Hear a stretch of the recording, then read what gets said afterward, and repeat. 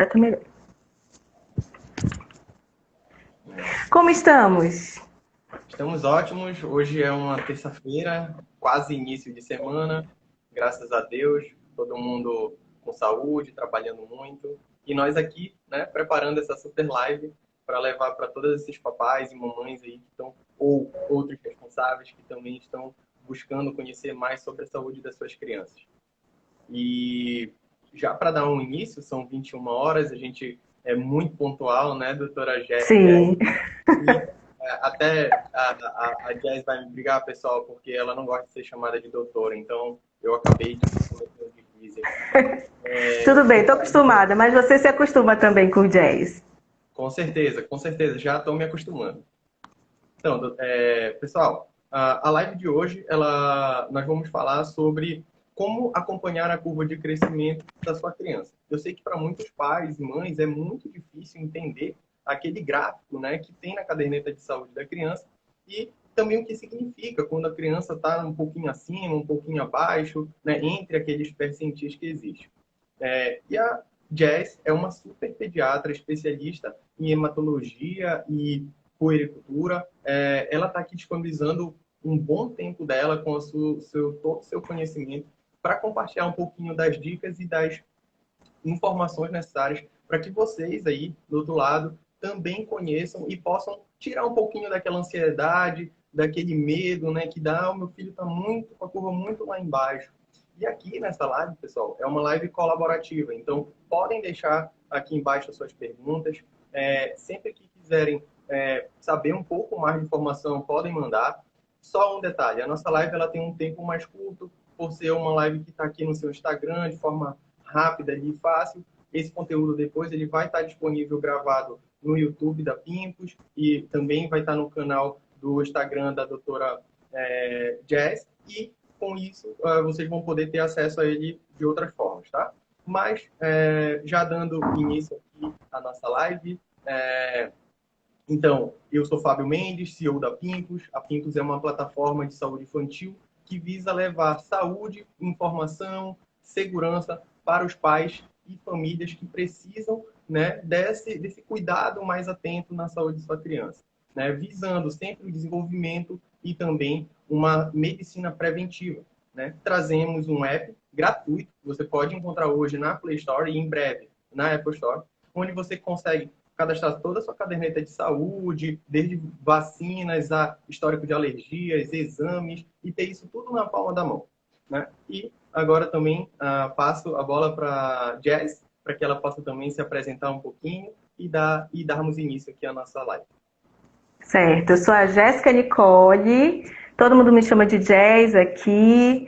Eu sou pediatra, eu trabalho no Hemopa, que é no Hemocentro do Estado, né, triando pacientes hematológicos na pediatria. Atendo alguns adultos também, porque eles acabam crescendo com a gente e a gente acaba continuando acompanhando eles, né. É uma área de atuação, na verdade, eu não sou especialista em hematologia, mas agora estou trabalhando com isso, mas o meu foco mesmo, o meu amorzinho é a puericultura, que eu consegui fazer como eu gosto, né, atendendo a domicílio, com atenção personalizada, particularizada, sem julgamentos, para todas as mães, a todas as famílias que precisam, às vezes, só de uma palavra de tranquilidade, para saber que estão no caminho certo. A gente vai guiando, né? A gente não vem para julgar, a gente vem para ajudar, né? Então,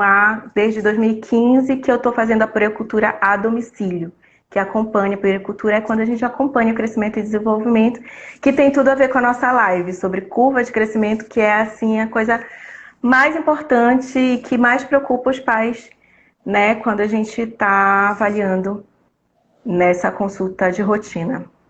Perfeito, perfeito, Jazz. E, pessoal, a gente tem aqui algumas perguntas já encaminhadas, né, que eu vou estar passando aqui para a doutora. E, logicamente, alguns pais, através das nossas mídias que usam o nosso app, nos mandaram algumas dúvidas também aqui. Se vocês tiverem outras, podem mandar aqui no chat que a gente vai estar respondendo. Tá? Então, Jazz, a primeira dúvida, né, assim, a curva de crescimento, ela realmente é segura? A gente pode confiar nela? Sim, ela é um guia, né? Ela foi feita através de muita pesquisa, muito trabalho, com vários critérios, né? Com crianças que não eram gemelares, não tinham comorbidades, amamentadas ao seio. Ela teve várias fases, né? A primeira curva, né, tinha vários vieses, entre eles muito uso da fórmula, então ela não estava tão adequada para todo mundo. Hoje a OMS tem a curva que serve para todo mundo e é um guia, porque cada criança tem a sua particularidade, né? Tem os gemelares, tem os prematuros, tem as crianças que têm alergia, têm alguma comorbidade, e que por isso que a curva é tão importante, porque ela nos guia para a gente comparar como estava a criança ontem e como ela está hoje, para a gente poder ver se a gente intervém para a curva continuar crescendo sempre, né? Sempre levando em conta a particularidade daquela criança e fazendo a família estar a par disso, porque é inevitável que eles comparem com outras crianças e até mesmo com os filhos, né, os irmãos. Ah, mas o meu primeiro era mais alto nessa época, mais gordo.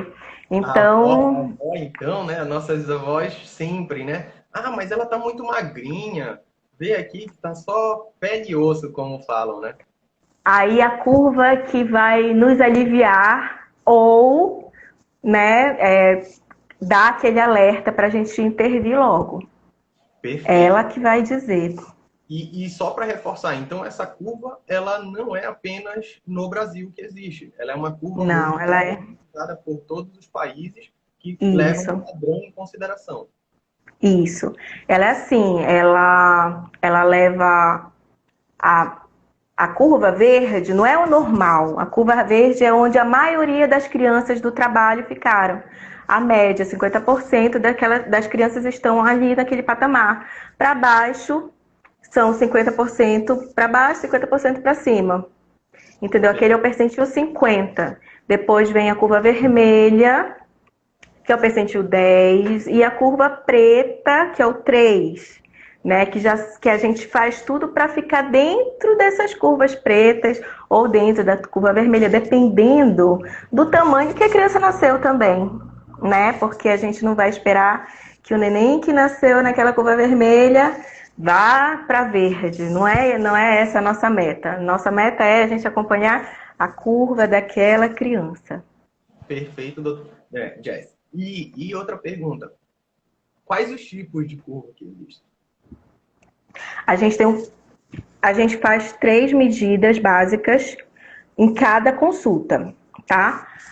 Até os 2 anos de idade, a gente faz a medida do perímetro cefálico também, que é quando o cérebro cresce, né? Então a gente faz essa medida, mas para sempre a gente vai fazer peso e estatura. Então a gente faz o peso para a idade, o perímetro cefálico e a estatura. E a gente vai sempre correlacionar as 3 curvas e também a curva do IMC mais para frente, né? Que ela chegou com a epidemia da obesidade, né? Os industrializados na nossa dieta, quanto mais cedo, mais comuns, por causa da praticidade, da escola, da creche, da mãe que trabalha, do pai que trabalha. Então a gente acabou tendo que colocar o IMC também. Perfeito. E esses gráficos, eles são todos relacionados à idade. A idade, isso. A gente vai colocar quanto que estava medindo o perímetro cefálico naquela idade. E a gente vai correlacionar as 3 curvas juntas. Não é só uma. Entende? O peso geralmente é o primeiro tipo, dar o alerta, sabe? O peso é o primeiro. A estatura vem muito depois. Perímetro cefálico também a gente fica mais alerta nos primeiros meses, porque ele pode crescer demais. A gente tem uma afecção chamada hidrocefalia, que a gente também tem que ficar de olho, que ela pode afetar também peso e altura, né? Então, é tudo junto. A gente correlaciona os três. E como, doutora, que a gente faz como pais para avaliar esse crescimento? Se a gente está dentro, quais níveis de alerta que a gente tem que ter quando a gente identificar alguma variação? A primeira coisa é a consulta de puericultura no calendário, dentro daquele período proposto, né? E quem vai te orientar é a pediatra. Os pais, eles têm que entender como funciona a curva, e a gente ensina que também não é bonitinho igual como tá lá no gráfico, né? A criança, às vezes, ela não vai reto, às vezes ela cresce muito no mês, depois ela desacelera, depois cresce mais, às vezes tem uma diarreia, dá aquela parada.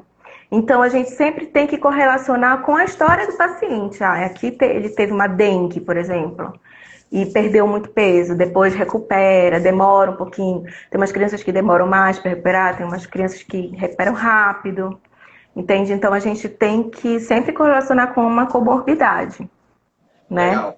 E até pegando nessa linha, né, nessa teoria, por que as crianças, o período de 0 a 12 meses é o mais importante para o crescimento?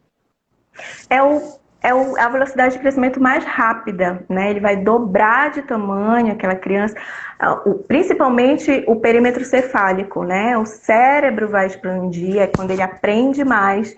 Então, e é quando a gente faz a programação metabólica, é quando a gente não dá açúcar, não dá sal, a gente quer programar o metabolismo daquela criança para ele ser sempre saudável. Eu tenho um paciente hoje que a gente fez isso certinho com 2 anos, aí foi para a escola, começa a tomar os industrializados, e aí de repente fica enjoado porque ele não está acostumado com aquele muito doce.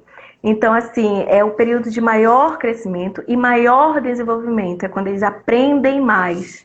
Uma criança fala português, se a gente for estudar francês ou alemão, a gente vai demorar 3, 4 anos. A criança, com 2 anos, já está falando português, entendendo, né? Então, assim, a gente nunca vai aprender como a gente aprendia quando era criança, com certeza.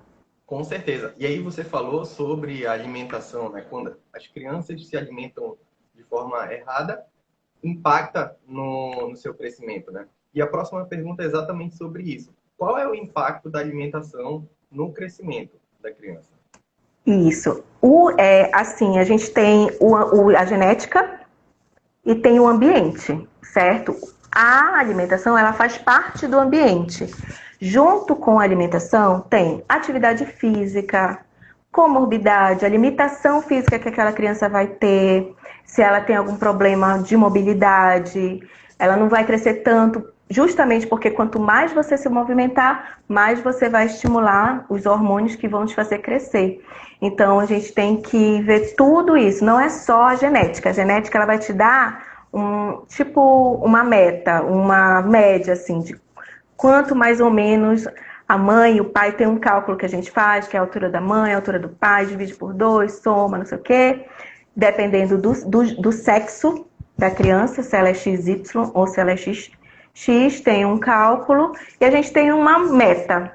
Mas não é que vá ser daquela altura. Tanto que nós temos irmãos gêmeos que podem um ser maior do que o outro justamente por causa disso. Por causa da alimentação, por causa do ambiente, dos esportes que escolheram, das comorbidades que apresentam. Até gêmeos podem ser diferentes. Diferentes, né? E você acabou até de falar uma próxima pergunta aqui, que seria quais outros fatores que impactam no crescimento da criança, além da alimentação, né, além da genética. Isso. E assim, a alimentação não é que seja uma alimentação errada ou uma alimentação certa. Eu sempre digo que a gente tem que ter uma orientação nutricional. Não é a pediatra que vai dizer o que comer, vai fazer os cálculos dos nutrientes. Vai ser a nutricionista. Ela vai fazer uma longa história com você, vai perguntar os hábitos da família, porque se toda a família tem uma alimentação baseada em industrializado, Aí o trabalho da nutricionista vai ser em toda a família, não vai ser só naquela criança. Ela vai ter que ter só uma orientação, sabe? Legal, legal. E, doutora, você falou, inclusive agora, né, dependendo do sexo da criança, então a gente deve ter, provavelmente, cadernetas de saúde diferentes para cada sexo. Concorda? Isso, concordo. Funciona isso. Temos uma caderneta para... Por exemplo, na caderneta do Ministério da Saúde, temos uma caderneta de uma cor e outra caderneta de outra cor, que é a caderneta da menina e do menino, né? Na verdade, do sexo XY e do sexo XX. Né? Não contempla os intersexos, infelizmente, né? Porque também seria um viés muito, muito grande, uma população bem menor, mas como eu te falo, são guias, né? E são diferentes porque até os estirões da menina e do menino são em idades diferentes também. Isso não quer dizer nada com maturidade, é crescimento, só isso. Perfeito, não, isso é bem importante deixar frisado mesmo. E qual a importância dos pais andarem, ou dos responsáveis, andarem com a caderneta de saúde da criança atualizada e qual a importância desses dados registrados para você como pediatra? O que isso lhe ajuda? O que isso ajuda, inclusive, os pais, né, no atendimento mais personalizado aí do seu filho? Gente, para mim, pediatra é um guia, né? Se eu estou fazendo, se eu estou orientando certo, se a família está me entendendo, assim, se aconteceu alguma coisa no meio do caminho, se aconteceu, por exemplo, uma alergia alimentar, sabe, que pode ter decrescido a curva, pode ter atrasado, ou uma alteração hormonal, então ela é o meu guia. Né?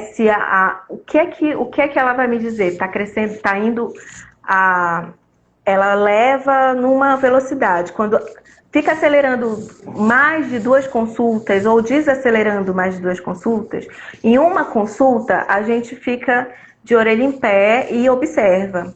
Mas com 2 consultas de variação, cresceu do percentil ou desceu do percentil, a gente já fica mais investigativa, a gente vai fazer mais perguntas. O que mudou? Mudou de escola, cuidador que mudou, entende? Alimentação. Então, a gente sempre vai correlacionar com a história da criança. E é importante por quê? Porque eu tenho paciente que mora no exterior. Lá eles não têm essa caderneta.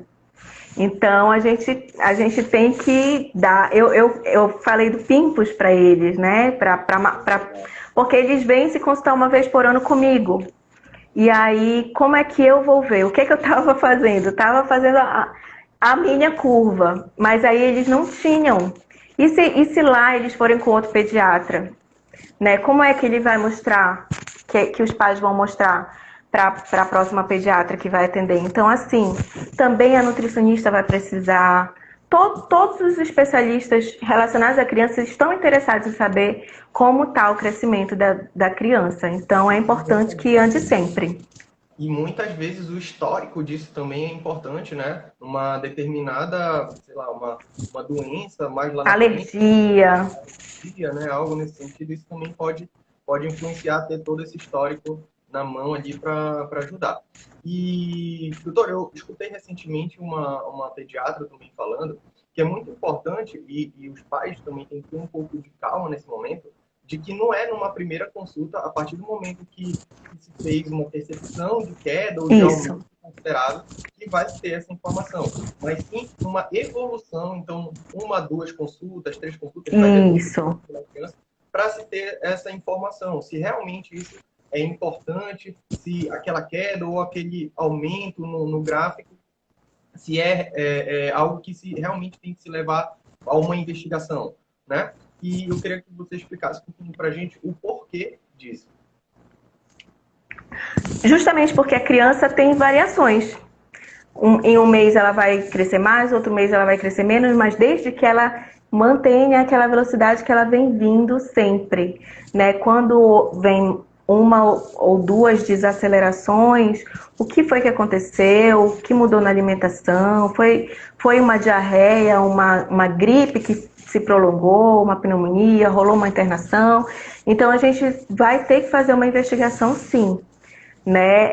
É importante também as vacinas, né?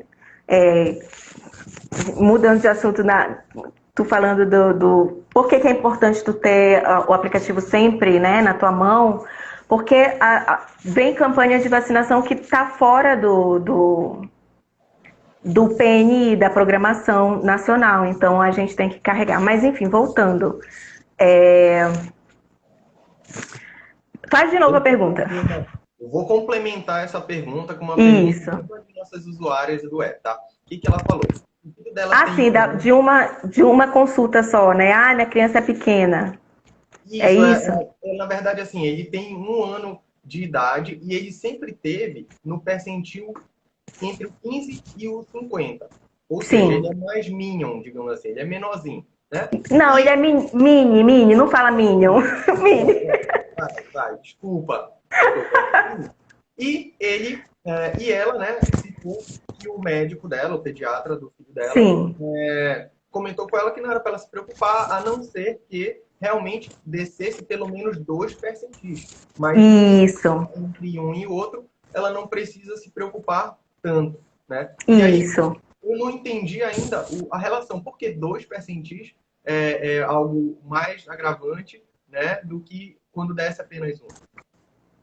É isso que eu estou te falando, porque porque é uma coisa que se prolonga. Se teve uma diarreia, vai se recuperar, ou seja, vai desacelerar no mês, mas depois ele volta para aquele. Então, se ela ficar fazendo uma ondinha assim, sempre para cima, tá tudo bem. Mas aí, quando ela desce 1 percentil, desce outro percentil, e essa curva que é ascendente vai se retificando, aí já é um alerta. Aí já diz para a gente intervir, fazer mais exames, procurar mais coisas, fazer mais perguntas, sabe? Às vezes é uma alteração de sono, a pessoa se mudou para um lugar mais barulhento, a criança não consegue dormir e a criança cresce quando ela dorme. Entende? Então, até isso influencia. Então, às vezes não é uma diarreia, não é uma alergia, mas é o distúrbio de sono. Então, essas coisas que se prolongam, a gente tem que investigar. Se não, se for só uma vez, a gente vai atribuir uma coisa mais aguda, uma coisa que já se resolveu. Entende? Desceu 1 percentil, mas depois voltou, tá tudo ótimo. Mas vai descendo e descendo é uma coisa que a gente tem que intervir para poder voltar naquele ritmo. E, Jazz, tem aqui uma perguntinha do nosso chat que eu queria colocar para a gente, antes da gente seguir com outras perguntas que os usuários do nosso app me mandaram, que é, a organização mandou, quais esportes ajudam mais no desenvolvimento, no crescimento? Todos os esportes. Playground, tá escrito na caderneta de saúde, não sei se é na caderneta de saúde ou no guia, no manual dos pais, que é 1 hora de playground, a criança correndo. Criança corre, é natação, qualquer coisa que faça essa criança se mover, né? Largar tablet, TV, celular, deixar livre no parquinho, que aí é o crossfit deles, né? A gente faz crossfit na academia, mas eles fazem sozinhos, se pendurando, correndo um atrás do outro. Então, exercício aeróbico, né? A gente não vai fazer exercício de hipertrofia na criança, que pode até diminuir a velocidade de crescimento. Então, a gente vai fazer exercício aeróbico. Natação, vôlei, futebol, qualquer coisa que faça a criança se mexer muito, suar. Não tem um esporte melhor, é um esporte que a criança gosta. Se ela ainda não gostou de nada, é melhor ela experimentar outros, entende? Não é bom forçar também. Eu tenho um paciente que ele gosta dos esportes individuais.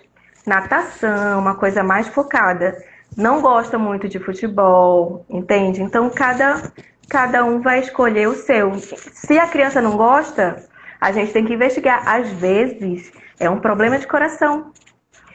Eu tive um paciente já que era muito quietinho, tinha irmãos que corriam e faziam um monte de coisa, e ele era sempre quietinho, não corria, e foi crescendo, só depois de 2, 3 anos que descobriram que ele tinha um problema de coração.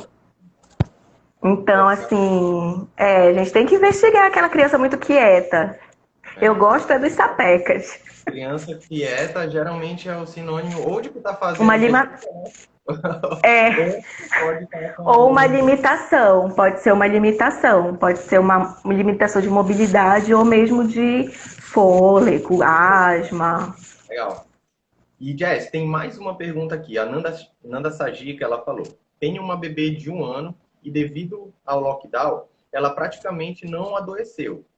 Não teve contato com nenhuma pessoa e isso pode influenciar o desenvolvimento do sistema imune dela?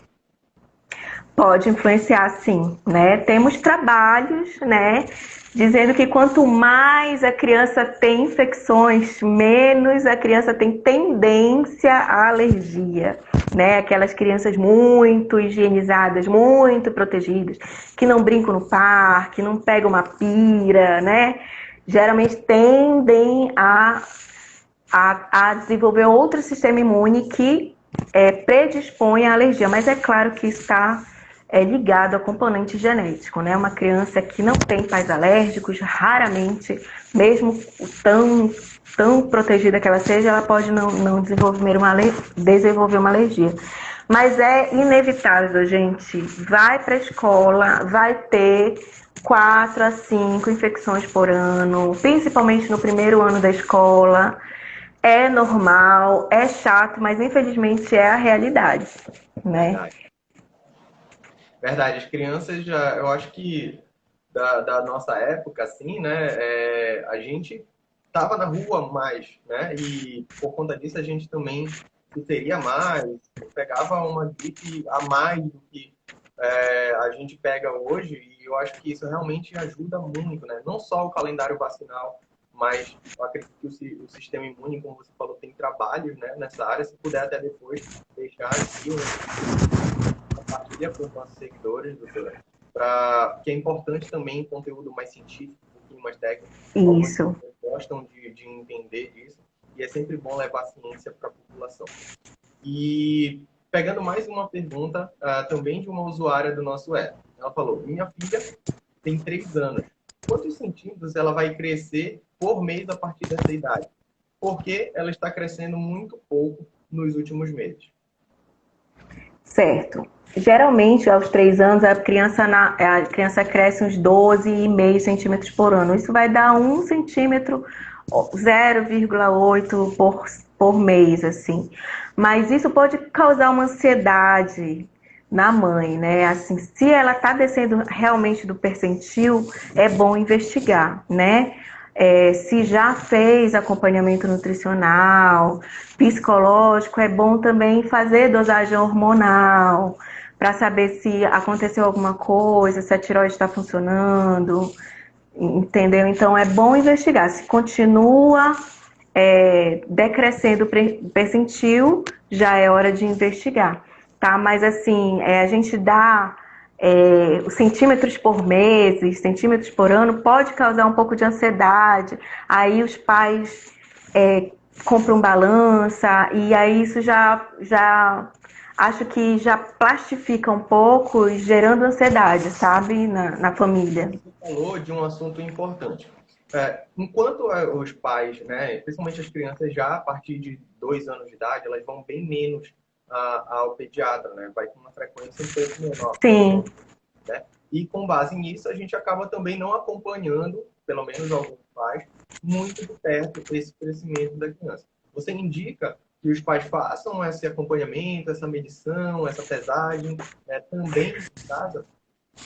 Fora da puericultura, eu só indico em alguns casos, sabe? Mas assim, eu prefiro adiantar uma consulta com a pediatra do que fazer... Assim, geralmente quando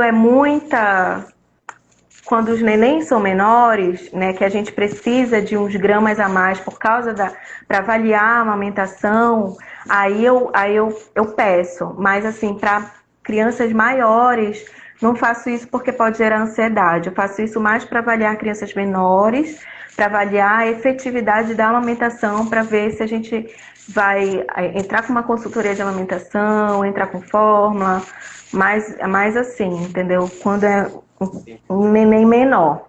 Mas eu prefiro adiantar a consulta.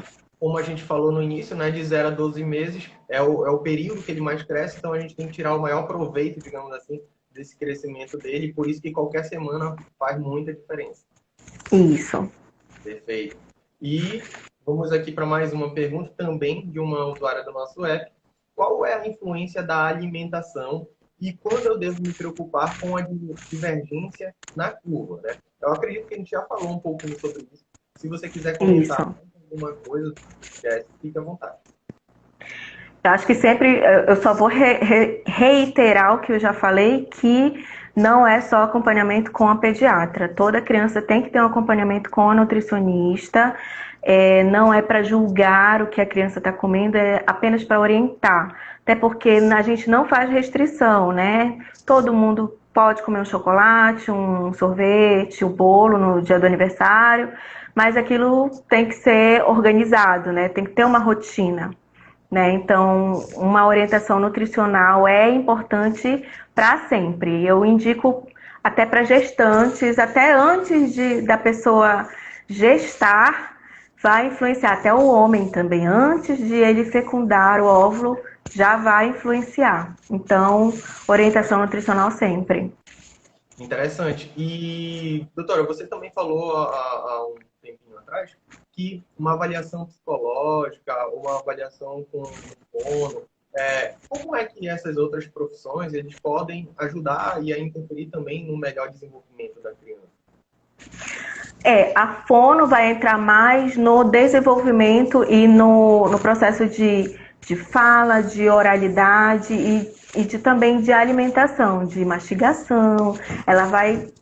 Então, assim, quando às vezes tem problema na nutrição, mas é porque tem uma dificuldade com textura, uma criança com déficit de atenção, uma criança autista já tem mais uma limitação com a textura, então aí a fono vai ajudar, né? Tem criança que pega a birra da comida, principalmente com aqueles pais, aquela família que é nervoso, que quer que coma tudo, come, e aí faz aquela hora de tensão na refeição, a criança não come mais.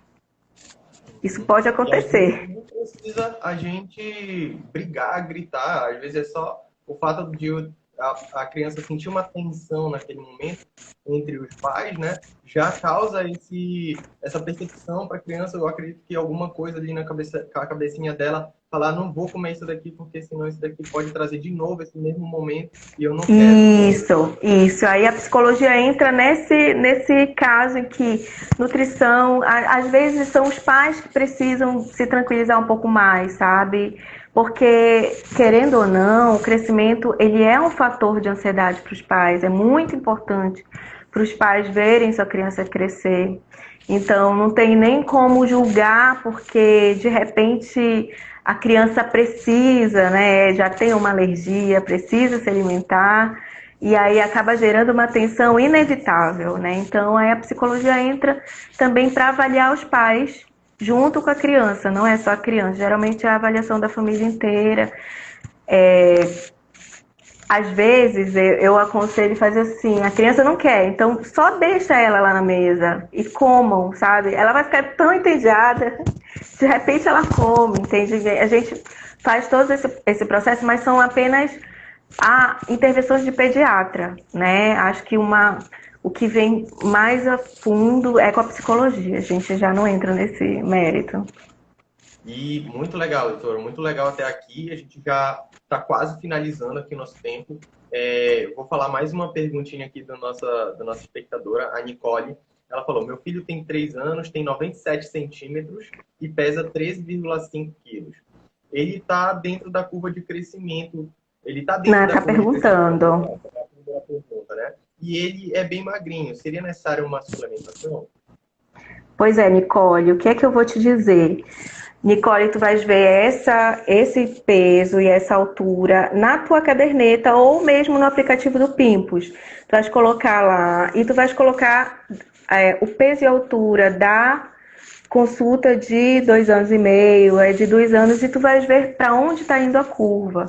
Se você precisar de ajuda, você pode ou marcar uma consulta online comigo, ou marcar com a pediatra da sua cidade, não sei de que cidade você é, mas essas medidas sozinhas, elas não me dizem muito. Se ele já é magrinho, se é da constituição dele, pode ser que seja normal ele ser pequenininho. Se ele precisa de suplementação ou não, eu vou precisar da história e talvez de alguns exames, né? Do exame físico para saber se está coradinho. Então, tudo isso com uma consulta a gente pode responder. Agora, com uma medida só, eu não sei responder não, se tá normal.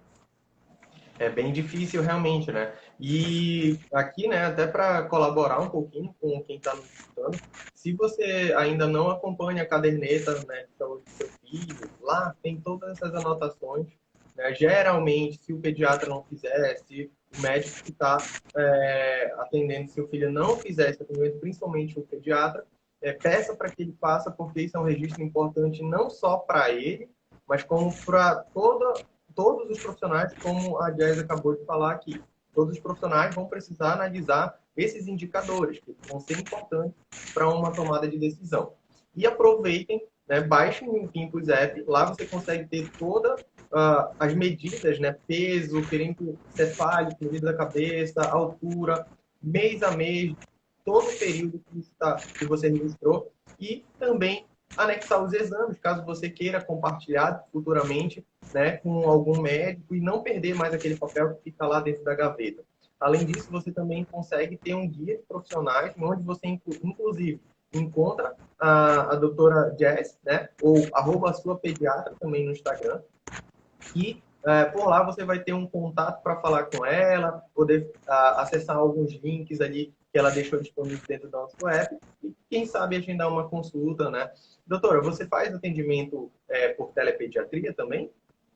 Sim, eu faço consulta online, teleconsulta, mas assim, sem exame físico, porque a gente ainda não tem uma tecnologia boa para fazer um exame físico legal, nem inspeção, às vezes os pixels não deixam a gente ver, então eu digo que é mais uma teleorientação. Eu faço teleconsulta, mas eu priorizo mesmo a consulta presencial a domicílio. Perfeito, porque é mais fácil para um pediatra que tem que fazer muito exame físico, né, para avaliar melhor a criança. Eu compreendo isso. Eu também, como eu sou da área de tecnologia, eu sou incentivador da telemedicina, mas eu acredito também que para crianças, em alguns momentos, pode ser um pouquinho mais complicado. No entanto, Isso. 98% das vezes que uma criança está com uma febre, não é necessário você levar ela para um hospital, até porque lá ela vai se contaminar. É melhor você fazer uma teleconsulta, uma teleorientação, Isso. pegar mais informações. Hoje em dia, receita digital é super possível fazer, né? Então, Uhum. você consegue pedir essa receita digital e fazer a dispensação do medicamento, caso necessário, né? Ou, às Isso. vezes, apenas uma compressa com água morna, qualquer coisa nesse sentido, né, doutora? Isso mesmo. Adorei a sua dica. E eu Bem também tenho legal. um post sobre urgência, emergência, quando levar, né? Porque tem umas coisas que a gente pode segurar em casa, mas tem umas coisas que a gente tem que levar, né? A gente só precisa aprender a saber quando. E ainda tem outra dica muito excelente. Se você usa o Pimpus App, você não precisa sair numa emergência catando onde está a caderneta de saúde do seu filho. Você leva o seu celular, que com certeza vai estar no seu bolso, e você vai ter tudo na palma da mão, podendo compartilhar um PDF com todo o histórico de saúde dele, né? E enviar pelo WhatsApp, anexar em qualquer e-mail e encaminhar para o seu pediatra, para o seu médico, caso seja numa urgência, né, para ele. Justamente porque até no momento de urgência desse, a gente acaba esquecendo de uma alergia que o filho tem, Isso. e essa informação é muito importante no momento de uma urgência. Né? Uma caso de uma alergia, quando a criança tem uma rejeição muito grande a algum determinado alimento, ela pode, né, acabar falecendo, né? Então, Isso ter mesmo. essas informações de forma fácil. E eu, como pai, né, geralmente nós pais, a gente é um pouco mais esquecido, né, em alguns assuntos, E, para mim, me ajuda muito. Eu já não esqueço mais nada da minha filha, porque tá tudo ali. Eu quero saber a próxima vacina, eu entro, eu sei qual é. Quero saber qual a próxima consulta. A minha esposa cadastra no aplicativo, ela compartilha comigo as informações e eu tenho tudo lá. E hoje Maravilhoso.